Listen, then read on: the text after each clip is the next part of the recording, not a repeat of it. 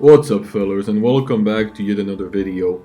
And today I would like to start off with a little bit of an apology, I would say, because I have not been very active on the channel, and I kind of am aware of this fact. It's not because I gave up or I just don't want to do anything. It's that first of all, there was a lot of stuff in my life which I needed to figure out before I could, do my hobbies and my passions per se. And second of all, I've been actually thinking about taking the channel a new direction. Not too new, right? But I was thinking about making maybe some stable, kind of like show like bullshit that I'm just gonna publish like on a regular basis. That there is like this baseline of videos that I'm just gonna do in a certain time frame. Let's say I was thinking about doing a book review each 2 weeks, right? One of those short ones. We have so far done on Ted Kaczynski, not Ted Kaczynski, fuck. We have done on Karl Marx and some other book. Oh yeah, Hemingway, right? So something like that every 2 weeks, but it will be more edited, more nicely done, right? I will try to little bit play around, make it a bit more entertaining. So really just kind of work on that video, right? And second of all, I was thinking about making a review series where I generally review shit, okay? So not just books, maybe a game, a movie, or some kind of a product, just kind of provide you my opinion on it. And I was also thinking about doing some gameplay videos.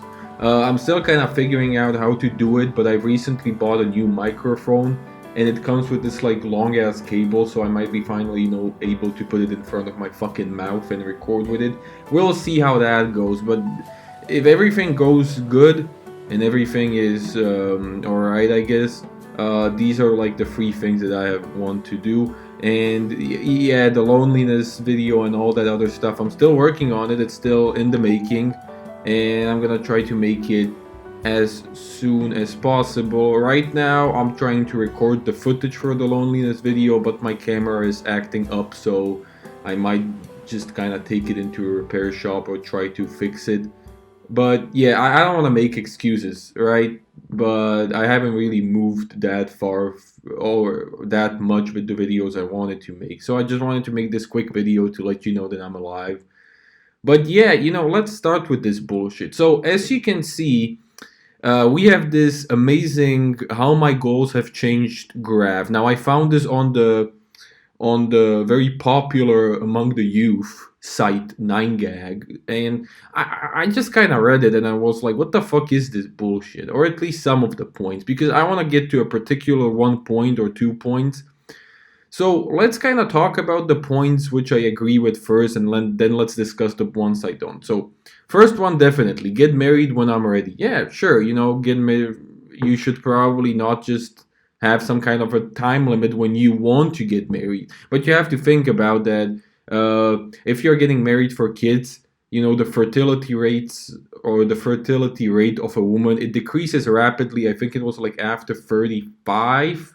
I'm not quite sure. So yeah, it's generally a good idea to try to get married before 30 so you can have children. But I mean, because then I don't see any other reason to get married. Like, why the fuck would you want to get married if you don't want to have children? Like, you can still live with the girl or the boy of your choosing and not get married, and that just kind of is the insurance for both people that when something goes wrong, well, nobody's going to argue about some property rights or anything, right? If it's intelligent people, those people can just resolve it and solve it out without the need of a court or lawyers being involved in there. But once you are married, it gets more tough. It gets more it has to be like legal and you have to go to the court. So if you're not going to have children, then marrying is a very bad idea in general, in my opinion at least. But let's continue, okay? So retire with millions and it's crossed out as memories. Now, I only partially agree with the goal, but I mean, it's always better to strive for financial independence than to just like, oh, I'm gonna have good memories. Because what most people will go with when they say memories, it's like getting drunk. And remember how I got drunk 5 years ago at that camp of ours? It's like, oh, but who, like what? Okay, I do kind of get like why would you want to do it and what meaning does it have? Because well, we are supposed to enjoy life. But are you still going to be enjoying life in your late 40s when you are kind of thinking about retiring, when you don't want to work anymore and you just find out you're not financially able to do so, that you're not financially able, but yeah, you'll have 1,000 memories or worthless bullshit. Like I get getting drunk, I get, testing out drugs and doing shit that isn't exactly productive once in a while. But you can't just make your entire life the goal of to chase pleasure and to chase bullshit like that. So, get a high paying job, a job that I'm passionate about. Now, this is actually the point I wanted to talk about. I hear this argument a lot, and it's basically like, well, you should choose what you're passionate about. Now, right now, I'm in the process of choosing a high school, a job. Therefore, right, because what I study, not high school, fuck, college. I'm in the process of choosing a college, and therefore, whatever I study at college will most likely be my job when I come out of that college. And you have to think about it. Like, most people today, they're passionate about some artsy bullshit that nobody cares about. Well, I write poems. Like, nobody fucking gives a shit. Nobody cares. You care, that's fine, but nobody else cares. Nobody's gonna pay you for writing poems. No, nobody's going to just be like, oh well, I'm passionate, so I have to put, that guy's passionate. I'm just gonna pay for his poem. Nobody does that. But when you have a job which might be boring, okay, I'm not saying that jobs or these high-paying jobs are not boring, that they are challenging, they're team working. I don't believe that kind of shit. I have chosen a position which is sort of which is basically a white collar job, okay? I'm not gonna specify which because it doesn't fucking matter, but uh, I'm not excited about the job itself. Okay, I'm not excited to do that and to just be there. I'm excited about the money because I know that job position pays well, and I'm excited that I'll earn a lot of fucking money. And once I'm 30, 40, I can just say fuck you and go into retirement or something because I have earned that money. People who do jobs that they are passionate about, they don't earn that type of money. I'm sorry to say. It's best when you actually like the job and it's a high paying job. But come on, do you think everybody who's working in the workforce is working there because they're passionate about it? Do you think workers in a supermarket are passionate about arguing with clients all day and then beeping your fucking groceries? Do you think that's their passion? Of course not. But they do it for the money. God, job that I'm passionate about. I really don't get this point. It's like I like how the site is called Let's Talk Mental Health, but this will just make your mental health worse. You will essentially be a moneyless piece of whatever, and you will just be, I don't know, doing your fucking passion that nobody cares about, and you'll just be there sitting in debt. And how does that help your mental health at all? Man, whatever. All right, be the best or be present. Again, I don't really know what does it mean to be present. Like you're not on drugs, so you're present at that present moment. I don't fucking know. Okay, you don't have to be the best, but always try to improve. That's my 2 cents in. Make my parents proud by being successful, by being happy. Um, yeah, sure. Like I don't really see kind of anything wrong. Yeah. Sometimes it is that that parents do have. I think there is even a name for it. I might have forgotten it, but the main point is that parents they try to relive their dreams through their children, and that makes a lot of hard decisions on the children. I remember that my mom and my grandma, for a long fucking time, they wanted me to become a doctor. I never wanted to become a doctor. I don't know a single shit for medicine. I don't think I know a single thing from biology. I don't remember my biology classes that well, but whatever. Apart from the point, it's not my cup of tea. I don't really want to be a doctor because I knew I wouldn't be good at it.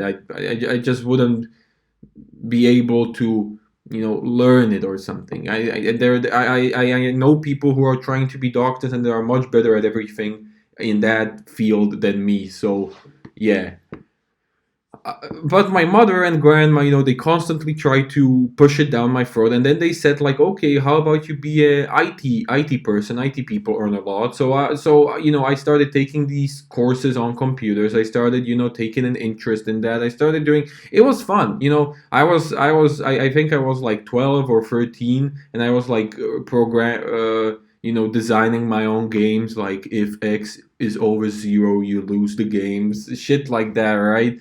Uh, and it was fun. I can't deny that it was fun, but it was not something I wanted to do as a job. Maybe I actually was quite passionate about like IT, and I wanted to go into cybersecurity. But again, then I kind of saw all the people that are or want to go into cybersecurity, and they were much better than me at everything, and I knew I couldn't possibly reach their level. And there is a certain thing about that, because you can this relates back to the high paying positions, because you can basically just say, well, you are afraid of you are just content with mediocrity and afraid to be better. It's like sometimes you just kind of see that whatever you will do, those people just have it in them. Sometimes somebody is just born with the talent to for computers or technology. Somebody is born with the talent for numbers. Others are born with the talent for fuck no what, right? But everybody has certain genes that manipulate uh, basically how it goes. I don't come from a family which is heavily computer oriented, right? My dad is basically in the creative sphere. My mom is like a staff manager, I think you call it, basically a staff manager, right, at some company with televisions. My grandma was a lawyer, and my grandpa, from my mother's side now, he was like working in a refinery on maintenance, I think. See, this is not a family where I do have some chance to inherit some genes for numbers, really, or something, right? I'm not good at mathematics in particular, and I'm not good at sciences. I'm kind of okay with computers, I think, but not to the point that I could be doing it as a full time job. So, always try to at least kind of balance it out. It's not about like, well, fuck you, parents, I'm gonna become a homeless artist, but it's about like, what do I really want, or what am I good at? Look at the market, look at the people around you that want to go into the same field, and try to compare yourselves with them. Am I good enough to be in this field, or can I strive, or can I just kind of get to their level at least? That's what you need to ask yourselves. And if not, it's perfectly fine. Just choose something different. Just go for something different, right? And it might feel at times hopeless. It might feel that, well, I have a talent. I don't have talent for anything. But you don't have to be directly talented in order to be good. You can just kind of, grind your way in there to a certain extent. But there has to be some basis. There has to at least be some kind of interest in the thing that you're doing that makes you, want it. And never be influenced by what your parents say. Consult everything with them, but don't ever let that be the final decision in your everything. Yeah, and yeah, that's it. So find an attractive partners. Find someone who I deeply connect with. Actually, I do fully agree with this point, because I think I talked about this on my MGTOW episode or rant. An attractive partner is not gonna go far further than a one night stand, right? When you find, let's say, an attractive girl and you fuck her, that's about it. That's all you can really do with her. If she's not intelligent, if she's not somebody you would like to talk to, if she's just a fuckable object, that's about as deep as you're gonna go. There is no further pleasure from just hanging around with that person, because, well, it's just simply not pleasurous. It's not something uh, you know, that you would do. I'm not here to insult any females, but what I want to get, it applies to men as well. Like, if you have a shallow man that just kind of takes you to dinner and all he can talk about is like politics, like, what the fuck are you dating exactly? Like, what else is there? You have to find a person which at least you can talk about something for an hour. And you have to find a person with which, when there is silence, it doesn't feel awkward. I actually found out that's a great indicator to, like, if there is this like energy between you. I don't want to sound like a fucking voodoo bullshitter, but there is sometimes it's like this chemistry just right on, that even when it's silent, it doesn't quite feel awkward. It's like, okay, it's now silent. And I experienced both sides of the spectrum. I experienced uh, dating with people with whom silence felt kind of awkward, and with people with whom silence didn't feel awkward. And I can tell you that there was much more to talk about with the latter group, right? There was much more to talk about with the group where the silence was kind of like, oh, okay, yeah, it's silent, and it's not weird. So you have to think about, in terms of partners, as we are talking about partners, is that you are most likely going to spend with that person a good chunk of your day. If you have nothing to talk about apart from sex, it's gonna be very hard for you to stay with that person for more than a month, because it's gonna get redundant, it's gonna get boring. And so it's much better to find someone that is maybe a little bit less attractive, that is maybe not a fucking supermodel, but has the persona to to carry your conversation at least. And the last point, live a long life, fulfilled life. I actually do agree with this. I mean, if you, it's much better to die when you are 30, living a very good, productive, nice, fulfilled life, than just stretch out your fucking suffering until you're 80 and not doing anything. So yeah, that was my 2 cents in on this graph. I think it kind of connected a lot of things that I wanted to talk about in a separate video, but those separate videos would be too short to publish. So I'm glad somebody published this graph, because we can just get it off our chest and we cannot talk about it anymore. I'm sorry if the video was a bit longer, but it's me ranting about a graph again. So yeah, that's about it, right? So yeah, this is a video that I will publish as soon as possible, ASAP, and I will, yeah, I will see you soon, fellas. I will try to upload more regularly now that the quarantine has come here again. So yeah, thank you, fellas, for everything. See you around.